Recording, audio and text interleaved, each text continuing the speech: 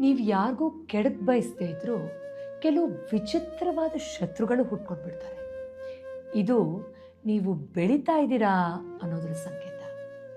ಸತ್ಯದಿಂದ ತುಂಬ ದೂರ ಇದ್ದರೂ ಕತೆ ಕಟ್ಟಿ ನಿಮ್ಮ ಹಿಂದೆ ಚಾಡಿ ಮಾತಾಡ್ತಾರೆ.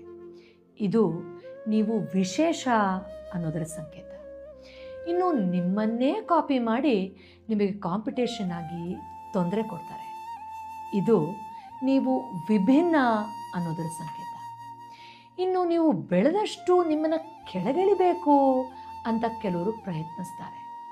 ಇದು ಅವರೆಲ್ಲರೂ ನಿಮ್ಗಿಂತ ಕೆಳಗೆ ಇದ್ದಾರೆ ಅನ್ನೋದರ ಸಂಕೇತ.